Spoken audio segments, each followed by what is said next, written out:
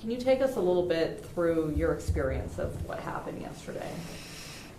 Yeah, so I just riding around on patrol with one of our sergeants, and we're just out on patrol, and one of our other deputies had an encounter with the individual earlier in the morning, and then was able to come to a good understanding, good disposition with that call, where we got disregarded, and so we just went on with our normal job, and then short time later we got called back up to the Congress area to deal with the individual again. Coming up northbound on State Route 539, I've never dealt with the individual, but my sergeant did, so he knew him and was aware of his identity and what he looked like. And I asked him, I go, is that him? And he goes, yes. So we stopped the patrol vehicle on the state route, and the individual was screaming and just loud noises and stuff, and I don't know what he was saying.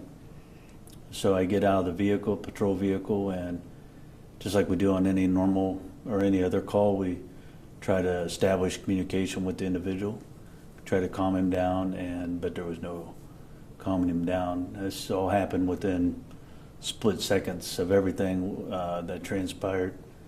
He continued to walk past, and as he got toward the back of the patrol vehicle, I remember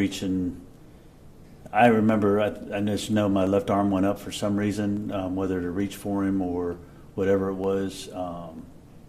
And the next thing I know, I realized I was stabbed in the arm, and so I remember turning and looking down and seeing it, and then I looked back, and him and my sergeant were on the ground, and then the sergeant reporting that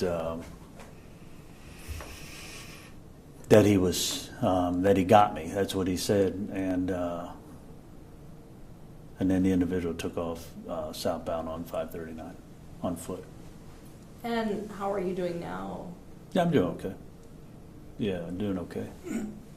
And you mentioned that you hadn't encountered this person before, but this was somebody who was known by your department? Yeah, known by our department and other agencies of dealing with him, but me personally have never dealt with him.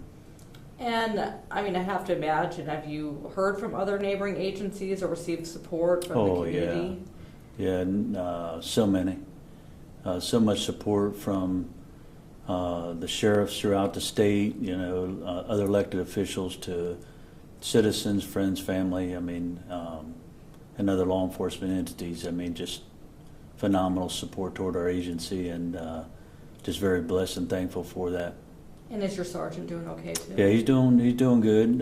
He's back with a sense of humor and stuff, and yeah, he's doing good. He's resting, so take a little bit of time off and till he gets back to normal. And is there anything else that you want to add or that you want people to know about this? Anything? No, just you gotta maintain your safety, and sometimes there is no safe enough thing you can do to stay out of harm's way. It's part of the job, and just do the best you can and hope everything works out. Mm-hmm. Yeah. Maybe lastly from you, Sheriff,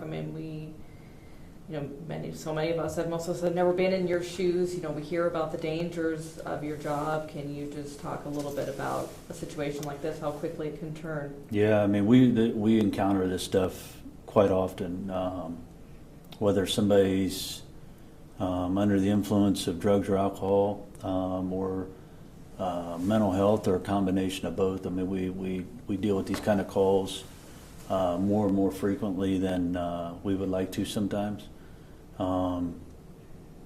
But we just know that each call, we always say we're always one call away from a bad situation.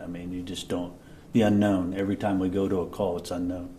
And that's why there's no set plan, no game plan for each call, because every one of them is different. So, so it's just situational awareness, and yes, yeah,